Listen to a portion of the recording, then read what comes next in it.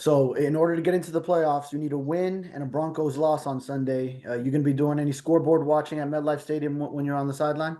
Oh, no, we got to handle business first. That's the Jets are priority number one. So we got to handle business and hope the Chiefs pull out a victory for us. So. Okay, and take me through your strip sack on Sunday, how that play developed, and also with Dorian Thompson-Robinson committing so many intentional groundings. How did it feel to have the actual sack that occurred in the game? Oh man, so I knew once we get to him, he's gonna try to get the ball away quick. But all right, going back to the sack, I don't know. We were getting back there, but he was seemed to get the ball off so quick. So I knew I had to work a fast move just to get back there quick. So that's kind of like what I did. I kind of set him up a little bit, and then I hit him with my fastball right after. So that's how I was able to. But yeah, he was getting rid of the ball quick. So it was, and then when we have him, he would just throw the ball away. So that's how so much intentional grounding caused. Cool. Thanks, man. Yeah, Chris? What's up, Emmanuel? that was Hey, I'm doing something on the grind and kind of what it means to get to the playoffs, how hard you push yourself at this time of the year. You know, I think of Armstead and him trying to get out there too, and the disappointment of not being out there. What does it mean to be out there at this time of year, and what are you seeing guys go through? It means a lot because December football is playoff football. I mean, it's closer to the end of the year, and guys are dealing with a bunch of injuries that they want to push through just to be out there with their brothers. But yeah, it's definitely a long season, and I admire guys that push through stuff just to give the team all they got. But sometimes it's out of their hands. But I admire guys that want to push through things just to help the team win. So. Um, the grind, is it 50-50 mental and physical, or is it more mental at this time of year? What can you tell me about that? I'll say it's both because your mental can be telling you, nah, I could do this, but your body is like, hey, like chill out, man. I don't got nothing, you know. So I would say it's more it's physical. It's both, but it's more physical than it is mental because guys want to be out there, you know, if they need to. Gotcha. All right, thanks. Yeah. Isaiah? What's going on, man? Happy What's New Year to you. Happy New Year's Uh, Eve. so Jordan Brooks, in the post game, like little video that they put out, Jordan Brooks talked about making this the best week of practice. Yeah. What does that look like for you, and how does that change in December? I guess like practice, how does that change in December?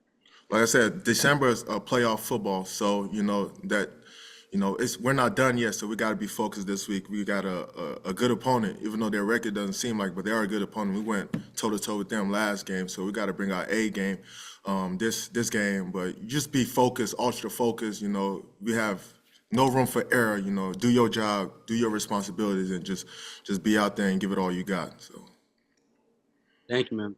thank you. Joe? Hey, Emmanuel, Happy New Year. I hope we have a great 2025. Thank you. Happy New Year. Okay. What did you guys learn from the last Jets game? Um, like I said, they're fighters. It's a division game, so they're gonna bring their A game. We gotta bring our A game. You just can't take no team for granted. You just gotta go out there and just play our brand of football. Don't do too much. Just focus on your responsibilities and just do your job. Don't try to do other people's job pretty much. So. If you guys are able to pull another one of these Miami miracles, I'm thinking about Kenyon Drake. That's kind of what it feels like, like that was the odds. If you guys are able to do that, the present would be a trip to Buffalo. Yeah. Is that something you want? How bad do you want that? Go out there, handle the Jets game. Hope the Chiefs handle the Broncos for us, and then we're ready for whatever. We just want to get in. That's the goal, just to get in. First, what was the difference that you noticed in Tyler Huntley's orchestration of the offense from when he first came in to how he operated on Sunday in Cleveland? He was having fun, man. I think we're all having fun. It was cool to see him, off schedule, being able to play football. You know what I'm saying? Like bringing his personality to the game, to the huddle, a little bit more comfortable with the ins and outs. I think it was fun to see him do that, either in the huddle or on the sidelines, just kind of playing ball, man. It's fun to see, good to be a part of. He was scrambling a lot. I was running around trying to figure out how I could stay in somebody's way on some of those routes, but it was fun for sure. Excellent. And another topic. So you know the scenarios. You need a win and to have the Chiefs beat the Broncos. Any scoreboard watching for you on Sunday at MetLife, or does that take away from the focus on the game? That's a great question. I think, my answer is going to be I'm going to be worried about who I got to block, what the assignment is, what my alignment is, all that good stuff. We're going to let that Chiefs-Broncos game do what it does, but I'm sure there's going to be whispers and murmurs in the stadium. So the more awareness that we got, with all that will be good. But yeah, we'll stay locked in. I think it's going to be a good test to kind of have those reset buttons, throughout the game, controlling what you can.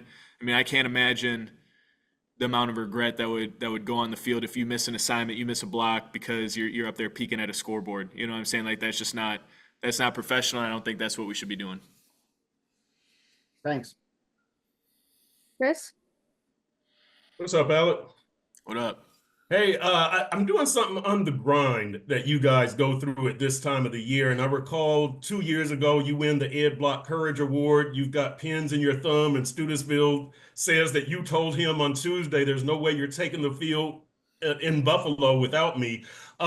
You see what Tua's going through. You see what Armstead is going through. Talk to me about all of that, what you went through, Tua, Armstead, and how much guys do to get on the field at this time of year.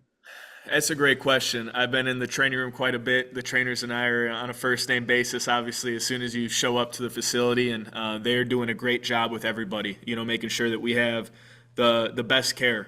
They've been first class in everything that they do. And, I think a lot of guys are spending the time taking care of their bodies, but it's the toll of the season, man. And, every single season it has a little different thing. Sometimes it's thumbs, sometimes it's ankles, it could be whatever it is. Yeah, man, I think it's all about understanding what we're pushing ourselves and the limits of our bodies to be able to do and execute. I know those guys, a couple of those captains that you named are doing absolutely everything in their power with a great staff to be able to be out there and be available. So, no, man, I think it's just that daily discipline, showing up early, staying late. That's the grind that you're talking about late in the season for sure. All right. Thanks, Al. Isaiah? What's going on, Alec? Happy New Year to you. Kind of on that same tip, how does practice change in December? Right? Obviously, this is potentially like the last week of practice of the year. And Jordan Brooks talked about, making this the best week of practice. So how does that look, and how does that kind of differ from previous weeks?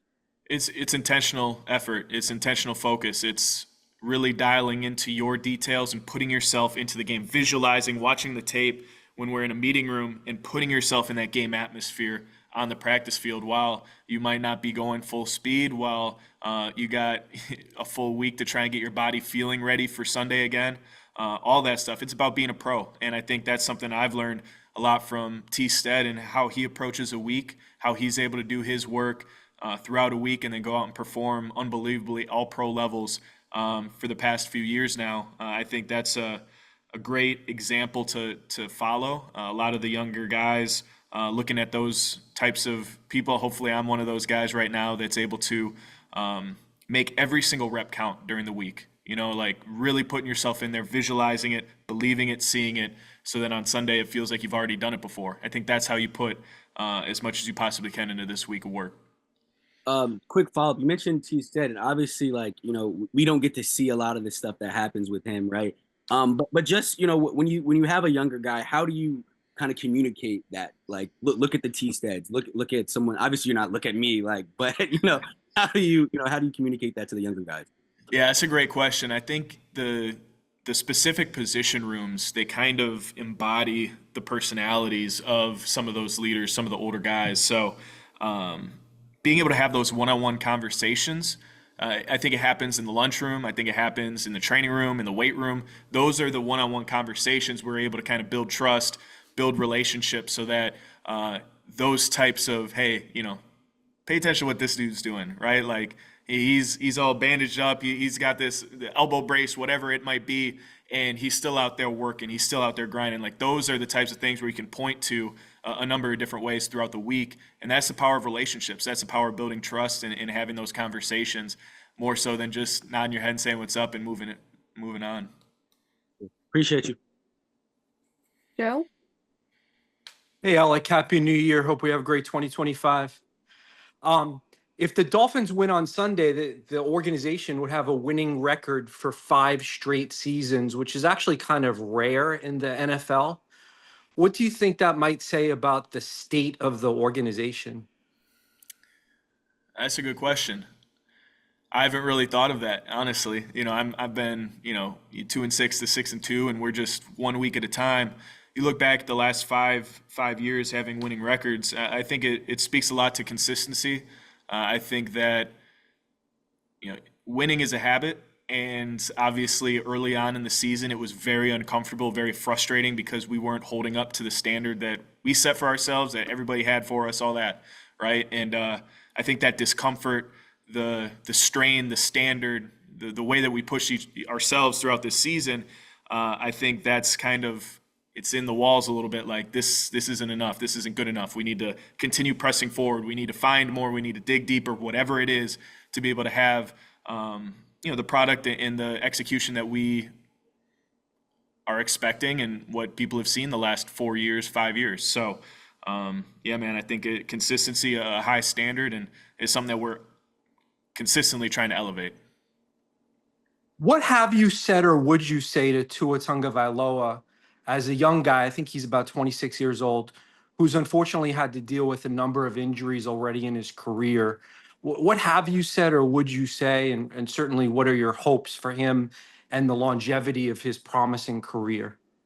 It's a good question, Joe. I mean, I wouldn't give him advice on how to take care of his body and his approach to things. He's a professional. He's got his kids and his wife, and I'm gonna be as uplifting, as positive as I possibly can be. I'm gonna be a friend. I'm gonna be a teammate.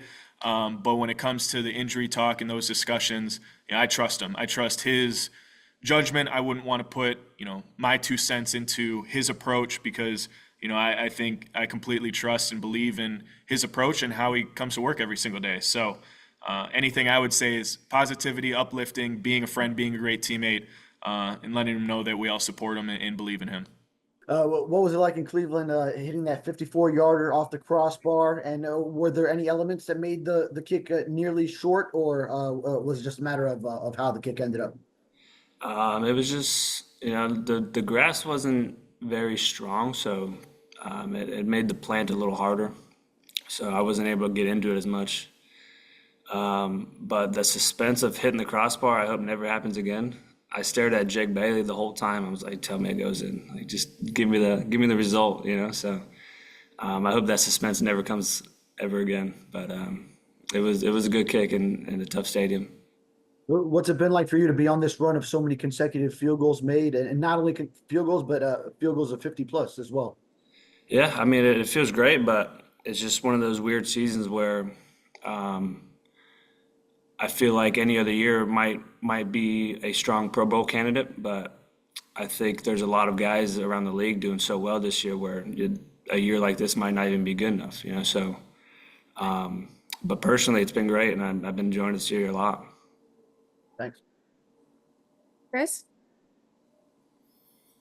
Hey, Jason, how are you? Doing well.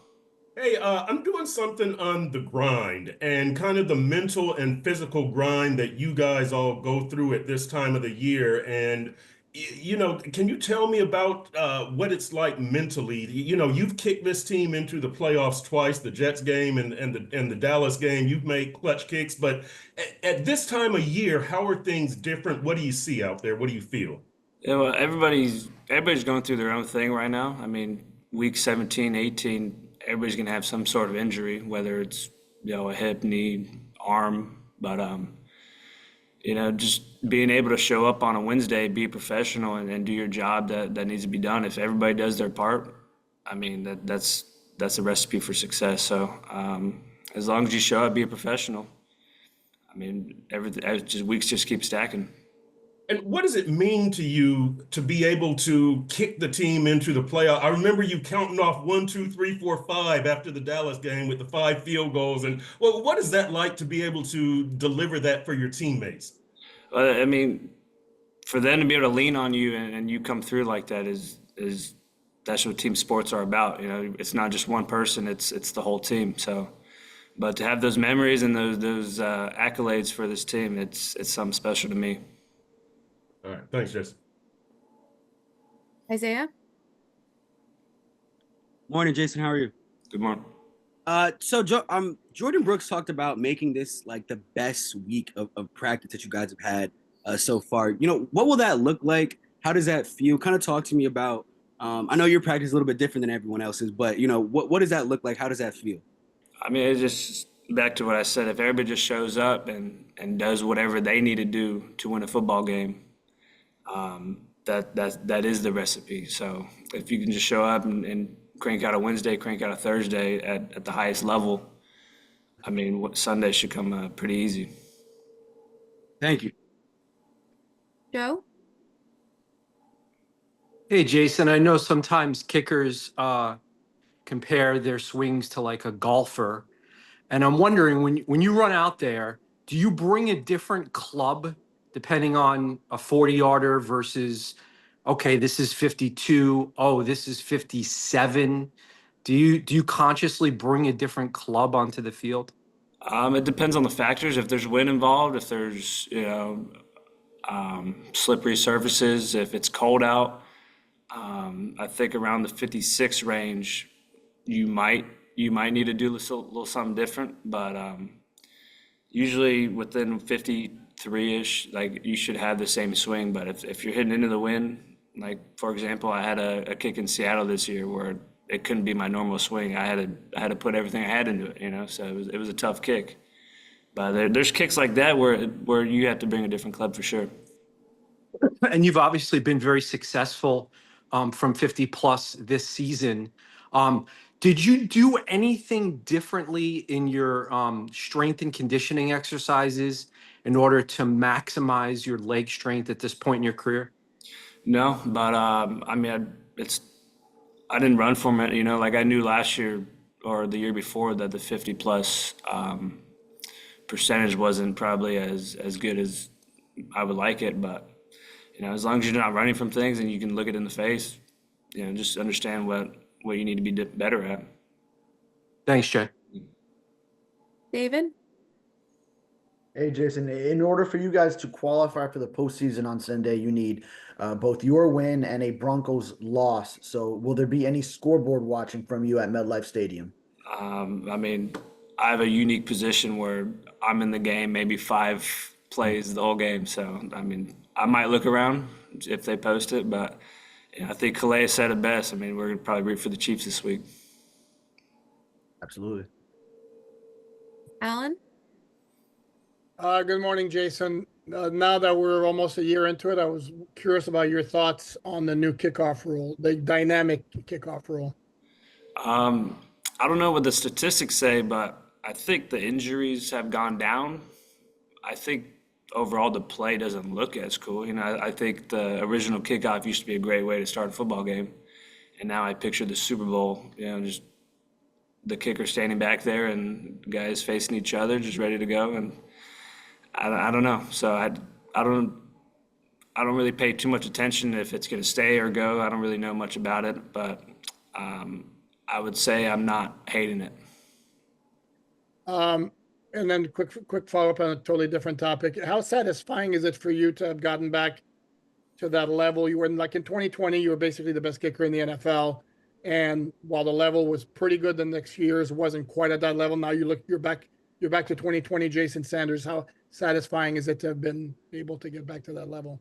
Yeah, I mean, there's every year you go through some kind of up or down. You face a lot of adversity, but as long as you know who you are personally, and you can treat every offseason as good as you want to treat it. So it feels good to be doing my part on this team for sure.